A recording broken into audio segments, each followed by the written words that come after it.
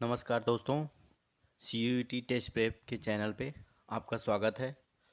हम इस वीडियो में देखेंगे पॉलिटिकल साइंस, जो कि पार्ट सेकेंड CUET के पेपर में एक सब्जेक्ट है और उसके सिलेबस को डिटेल में देखेंगे कि पॉलिटिकल साइंस के सब्जेक्ट में क्या क्या सिलेबस है और उसको अप्रोच कैसे करना है। तो जैसा आपको पता है कि एज पर UGC गाइडलाइंस सभी क्वेश्चंस जो है NCERT से ही आएंगे, उससे बाहर नहीं रहेंगे, ये UGC कहता है। और उसमें जो भी सिलेबस क्लास 12th में दिया गया उसको हम एक एक करके देखेंगे कि उसमें क्या है, कितनी यूनिट है, क्या सिलेबस है। और ये भी आपको पता है कि 50 क्वेश्चंस आएगा और 50 क्वेश्चंस में से आपको 40 क्वेश्चंस अटेम्प्ट करना है उस पूरे पेपर में। पॉलिटिकल साइंस में सबसे पहले देखते हैं कि एक टॉपिक दिया है politics in India since independence. It means कि ये जब हमको आज़ादी मिली तब से जो भी पॉलिटिक्स है इंडिया में उसके बारे में स्टडी करने के लिए बोल रहा है। उसमें भी जो जो इम्पोर्टेंट इवेंट्स हुए पॉलिटिक्स के में उसको हम पढ़ेंगे। और उसमें भी है कि कुछ इम्पोर्टेंट इवेंट्स हैं पॉलिटिक्स में आफ्टर इंडिपेंडेंस, उसके बारे में दिया गया। तो सबसे पहला टॉपिक है the era of one party dominance. Initially जैसे आपको पता ही है कि सबसे पहले पंडित जवाहरलाल नेहरू भारत के प्रधानमंत्री बने और कांग्रेस पार्टी उस समय सबसे डोमिनेंट पोजीशन में थी, मेन पार्टी थी, एक तरह से कहिए कि केवल एक ही पार्टी थी। तो इसीलिए बोला जाता है, ये टॉपिक है कि era of one party dominance, यानी कि एक ही पार्टी का वर्चस्व था। उसको एक यही जब उस समय जो मेजर पार्टी थी कांग्रेस थी, वो ही मेजर पार्टी थी और बहुत पार्टियां थी जो छोटी मोटी पार्टियां थी एकदम, उसके कांग्रेस के आगे बहुत ज़्यादा छोटी पार्टियां थी। इसीलिए उसको बोला जाता है कि era of one party dominance. तो इसमें है कि जो पहला 3 इलेक्शंस है उसमें कांग्रेस जो है डोमिनेंट पोजीशन में थी। उसके बाद जो जो भी पार्टी थी उसका कंपैरिजन एक तरह से नहीं हो सकता था। और उसमें जो है कि दिया कि first 3 general election, nature of Congress dominance at national level, uneven dominance at the state level, coalition nature of Congress, major opposition party. ये है। दूसरा क्या है, दूसरा टॉपिक है nation building and its problem. Initially जैसे कि पता है कि literacy, education, health and industry, agriculture, इन सब में बहुत पीछे थे हम लोग। अंग्रेजों ने जो भी था सब खत्म कर दिया। तो अब ये एक प्रॉब्लम थी, अपनी जनसंख्या भी थी और इनको एजुकेशन देना, हेल्थ देना, यानी कि जिसको कह सकते हैं कि रोटी कपड़ा मकान देना, इनिशियल बेसिक एमिनिटीज उनको प्रोवाइड करना ही देश के सामने एक बहुत बड़ी चुनौती थी। इंडस्ट्री और हाई लेवल टेक्नोलॉजी और इन सब की तो बात ही दूर की थी। सबसे बेसिक चीज़ थी कि इनको रोटी कपड़ा मकान पहुंचाना, क्योंकि अधिकांश आबादी जो हमारी थी वो गरीबी रेखा के नीचे थी या तो गरीब थी एक तरह से।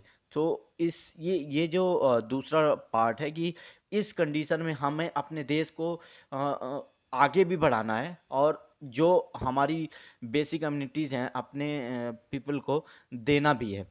तो इसमें अप्रोचेज हैं। तो नेहरू जी की क्या अप्रोच थी नेशनल बिल्डिंग में, राष्ट्र निर्माण में, और उनका जो पार्टीशन की लिगेसी है, अब उसी समय पार्टीशन भी हुआ था। तो उसकी जो चैलेंजेस और प्रॉब्लम थी, रिफ्यूजी की प्रॉब्लम थी, कश्मीर प्रॉब्लम तुरंत आ गई थी, और स्टेट का ऑर्गेनाइजेशन रीऑर्गेनाइजेशन हो रहा था। क्योंकि आज जितना स्टेट है, यूनियन टेरिटरी है, उस समय उतना नहीं था, उसका स्ट्रक्चर भी उस तरह का नहीं था। तो ये सब चीज़ें हम पढ़ेंगे, आपको पढ़ना पड़ेगा देखने के लिए। ये एक इम्पॉर्टेंट पार्ट है, ठीक है। कश्मीर प्रॉब्लम्स, ऑर्गेनाइजेशन ऑफ इस एंड रीऑर्गेनाइजेशन ऑफ स्टेट, ये मेरे हिसाब से ये दो इम्पोर्टेंट इस टॉपिक नंबर 2 के दो इम्पोर्टेंट टॉपिक हैं जिससे कि क्वेश्चन आने की संभावना बहुत ज़्यादा है। फिर तीसरा पार्ट है पॉलिटिक्स ऑफ प्लान डेवलपमेंट। जैसे ही देश आज़ाद हुआ तो नेशन बिल्डिंग और अपने लोगों को, जो भी देश की जनता है, सिटीजन ऑफ इंडिया है, उनको जो बेसिक अम्यूनिटीज़ प्रोवाइड करने के लिए सबसे पहले ब्रॉडर लेवल पे 5 ईयर प्लान को लागू किया गया। तो अब उसमें 5 ईयर प्लान में क्या था कि हर प्लान जो है कि एक थीम पे होता था। जैसे सपोज करिए, मान लीजिए कि कोई भी प्लान ले लीजिए, पहला दूसरा तीसरा, तो पहला प्लान होगा वो किसी एक पर्टिकुलर प्रॉब्लम को सॉल्व कर रहा था। जैसे कि एग्रीकल्चर है, या कोई प्लान है पर्टिकुलर, वो इंडस्ट्री की प्रॉब्लम को सॉल्व कर रहा है, इंडस्ट्री को बढ़ा रहा है, उसकी ग्रोथ रेट को कि हम इतना लेके जाएंगे, ये चीज़ें थी। कोई और है जो हेल्थ को कर रहा है। तो ये जो प्लान, 5 ईयर प्लान का कंसेप्ट इंडिया में आया, और इसको फिर लागू किया गया। और वो किस सेक्टर में कैसे लागू हुआ, उसके इकोनॉमिक इफेक्ट क्या हुए, और जो फेमाइन हुआ हमारे देश में हो रहा था, बंगाल फेमाइन तो बहुत फेमस है, आप कभी पढ़िएगा उसके बारे में। और जो भी प्लान था, ग्रीन रेवोल्यूशन जो आया, अब इन सब का जो इफेक्ट था 5 ईयर प्लान का, वो किस लेवल तक था, इसको पढ़ना पड़ेगा। तो इसमें 5 ईयर प्लान जो है ना, बहुत इंपॉर्टेंट है। और ग्रीन रिवोल्यूशन ये भी बहुत इंपॉर्टेंट है। ग्रीन रेवोल्यूशन का फायदा क्या हुआ, नुकसान क्या हुआ, 5 ईयर प्लान में हमको ये देखना है कि कौन से 5 ईयर प्लान में कितनी रेट, ग्रोथ रेट जीडीपी की थी, और वो किस थीम पे था, कि मतलब कि एग्रीकल्चर पे था, या हेल्थ पे था, या हैवी इंडस्ट्री पे था। इस तरह का क्वेश्चन बनेगा यहाँ पे। तो ये दो दो चीज़ें हैं, ग्रीन रिवोल्यूशन और 5 ईयर प्लान। इसके बारे में इस टॉपिक में सबसे इंपॉर्टेंट चीज़ है। चौथा पार्ट में इंडिया एक्सटर्नल रिलेशन। अब इसमें क्या है कि इसमें ये बताया जा रहा है कि नेहरू जी की फॉरेन पॉलिसी क्या थी। सीनो इंडियन वार जो हुआ चाइना और इंडिया के बीच में, जो 1962 की लड़ाई हुई, जो पंचशील का कंसेप्ट उस समय आया था, हिंदी चीनी भाई भाई का कंसेप्ट आया था, नॉन अलाइनमेंट मूवमेंट का कंसेप्ट आया था, ये सब चीज़ें बहुत इंपॉर्टेंट है। नॉन अलाइनमेंट, हिंदी चीनी भाई भाई, ये एक तरह से पंचशील, ये बहुत इंपॉर्टेंट कंसेप्ट है, और इसमें से पूछेगा, ये समझ लीजिए। और फिर इंडिया पाकिस्तान का जो वार हुआ 1965 में और 1971 में, इंडिया न्यूक्लियर प्रोग्राम के बारे में, और shifting alliances in the world and politics. अब ये भी बोल रहा है कि कभी कोई देश किसी दूसरे देश के साथ अलाइन था, दूसरे देश के साथ अटैच था, दोस्ती थी, तो फ्यूचर में चल के वो दोस्ती किसी दूसरे के साथ हो जाती है। इन सब ये जो शिफ्टिंग हो रही थी, इसका भी क्या इंडिया पे इफेक्ट पड़ा था, और क्या इफेक्ट अदर कंट्रीज पे पड़ रहा था। तो ये है कि ये 3-4 चीज़ें हैं यहाँ पे, पंचशील, नॉन अलाइनमेंट मूवमेंट, उसके बाद हमारा न्यूक्लियर प्रोग्राम, ये 3 टॉपिक हैं। टॉपिक नंबर 4 से इम्पोर्टेंट है। और जो अगला टॉपिक 5 है, challenge to the restoration of Congress system.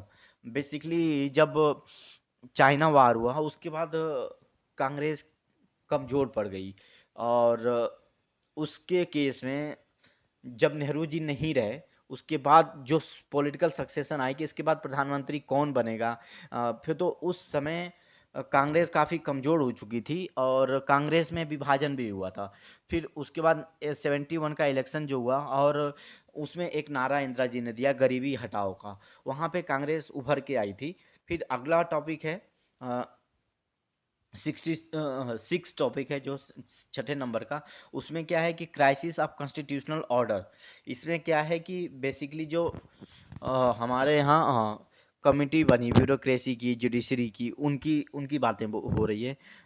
और फिर जो मूवमेंट चला था, नव निर्माण मूवमेंट, गुजरात में, बिहार में इमरजेंसी लगी थी। मतलब कि डेमोक्रेसी की सबसे एक तरह से बोल सकते हैं कि black day in a democracy of Indian in Indian context, then we call democracy is a black day. So emergency के बारे में है एक तरह से।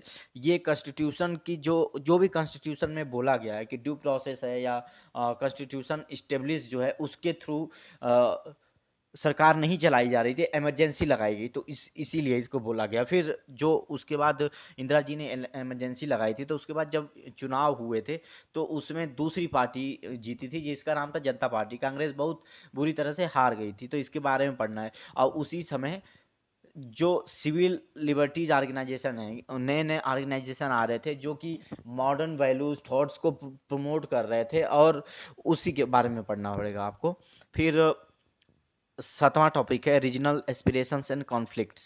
अब रीजनल लेवल पे जो रीजनल पार्टी, जैसे कुछ पार्टी हैं यूपी में, जैसे कि समाजवादी पार्टी यूपी में है या अकाली पंजाब में है, इस तरह से है। तो ये रीजनल पार्टीज हैं, तो इनका राइज हुआ उसी समय। ये जनता पार्टी जब आई तो 1977 के बाद से रीजनल पार्टीज का उदय हुआ। फिर पंजाब में क्राइसिस हुई, आपको पता होगा, खालिस्तानी मूवमेंट चला और बहुत ज़्यादा टेररिस्ट एक्टिविटी एक तरह से इन्वॉल्व थी वहाँ पे। सिख राइट्स हुए थे 1984।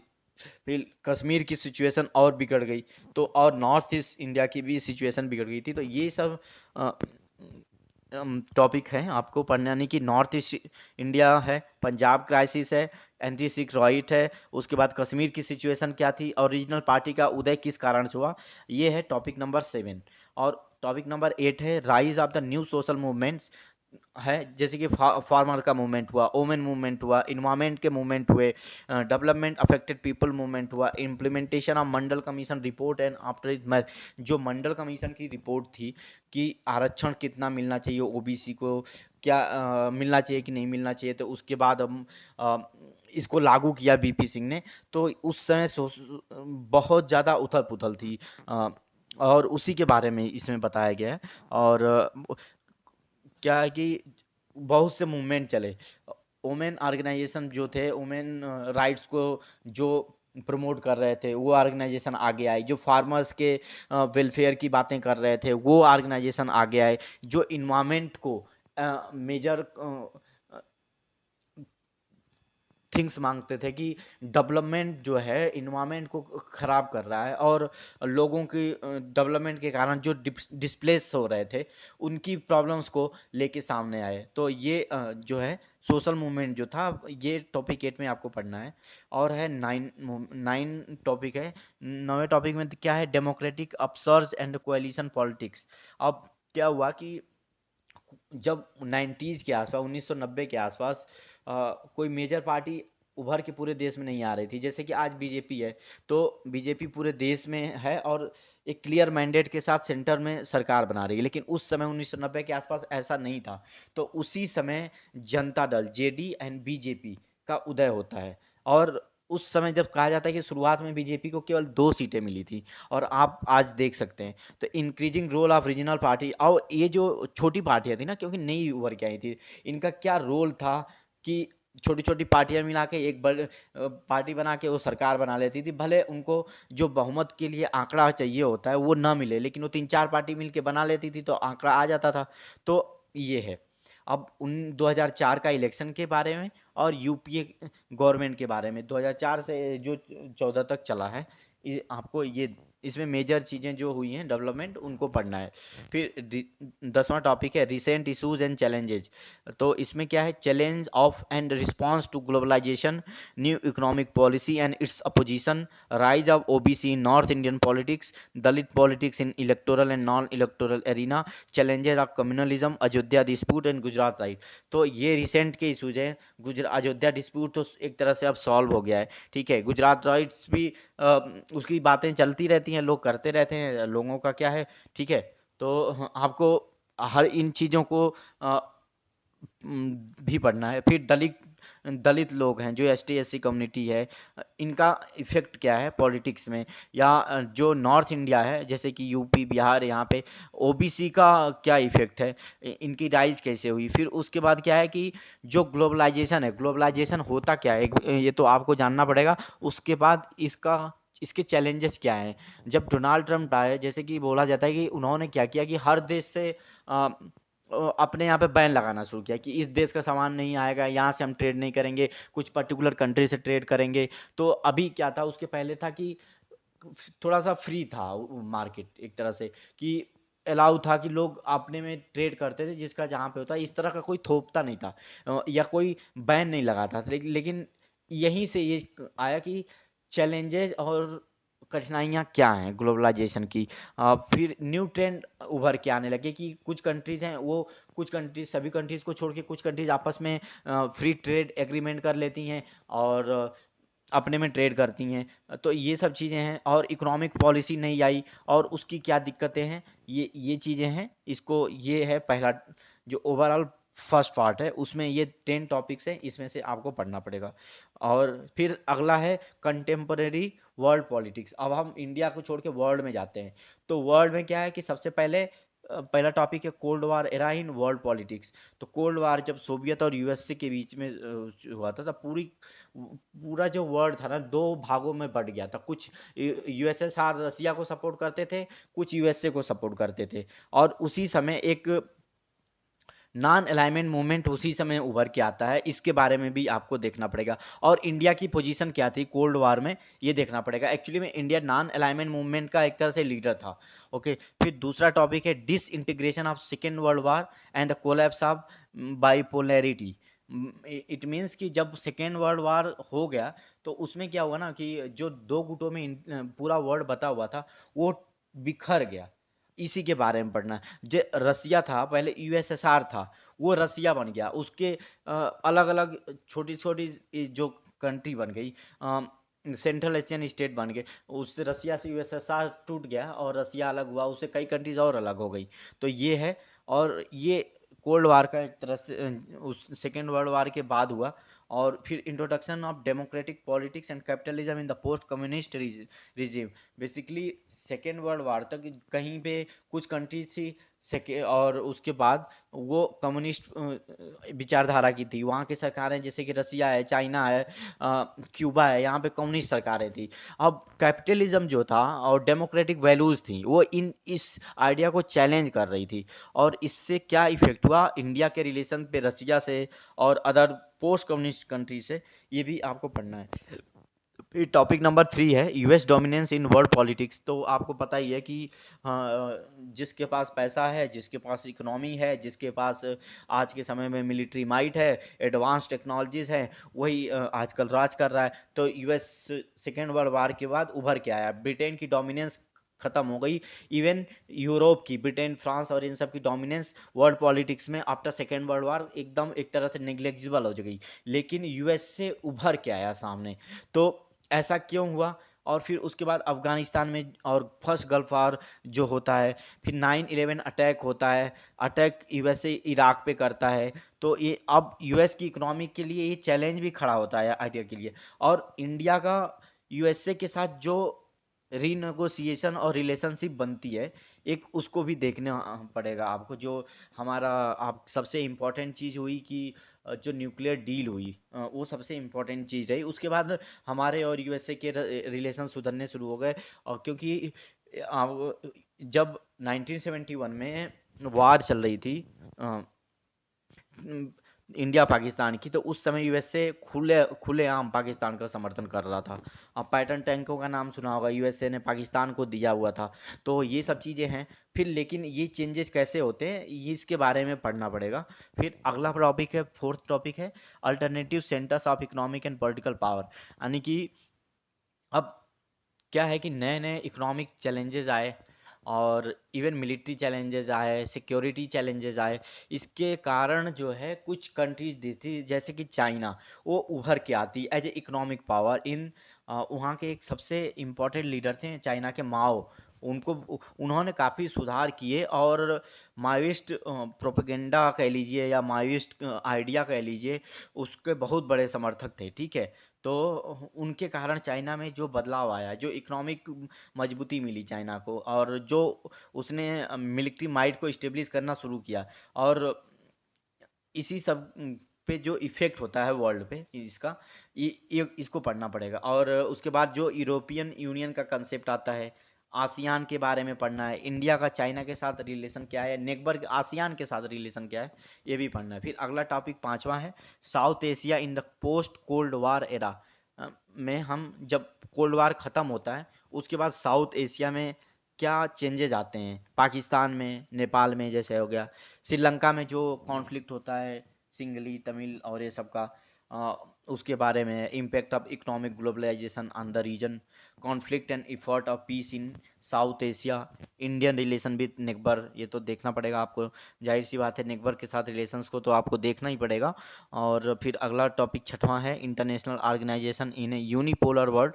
इसमें क्या क्या है, यूनाइटेड नेशन का रीस्ट्रक्चरिंग की बात है कि यूनाइटेड नेशंस को रीस्ट्रक्चरिंग क्यों करनी चाहिए, क्या यूनाइटेड नेशन एक नई चैलेंजेस के साथ जूझ रहा है। अगर आज आज हम रिसेंट कोविड की सिचुएशन को देखें, इवन यूक्रेन की क्राइसिस को देखें, तो एक तरह से हम कह सकते हैं कि यूनाइटेड नेशंस को आज के समय में कोई जो वर्ल्ड का ऑर्गेनाइजेशन है जिसको कि सबसे ज़्यादा रीस्ट्रक्चर करने की ज़रूरत है, तो वो यूनाइटेड नेशंस ही है। तो इसमें इंडिया की पोजीशंस क्या होगी, सिक्योरिटी काउंसिल में जगह इंडिया को मिलनी चाहिए कि नहीं मिलनी चाहिए, इस पे आपको अपनी राय बनानी चाहिए और इसके बारे में पढ़ना चाहिए। Rise of new international actor, जैसे कि आज के समय में इंडिया भी है, और न्यू इंटरनेशनल इकोनॉमिक ऑर्गेनाइजेशन जो बने, एनजीओ बनी, और डेमोक्रेटिक अकाउंटेबिलिटी की जो बात कही जाती है, ग्लोबल गवर्नेंस की बात कही जाती है। तो गवर्नेंस मतलब कि जो भी गवर्नमेंट है वो अपने सिटीजन्स को कितना अच्छी सर्विस प्रोवाइड करा रही है, कितनी प्रोडक्टिव है, और ये जो ग्लोबल लेवल के ऑर्गेनाइजेशन है वो इस चीज़ को कैसे इफेक्टिवली इम्प्लीमेंट कर रहे हैं, ये यहाँ पे इसकी बात है। फिर अगला टॉपिक है सिक्योरिटी इन कंटेम्प्रेरी वर्ल्ड।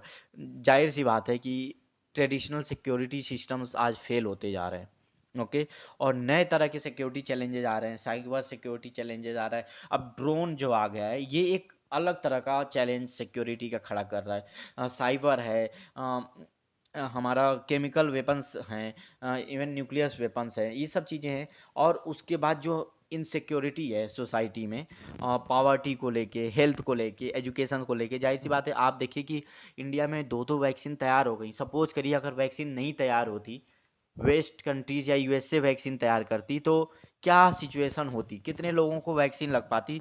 आप इसका खुद से इंस्पेक्शन करिए। तो हेल्थ में आगे बढ़ना, एजुकेशन में आगे बढ़ना, पॉवर्टी को सॉल्व करना आज के समय में इंडिया के लिए कितना ज़रूरी है।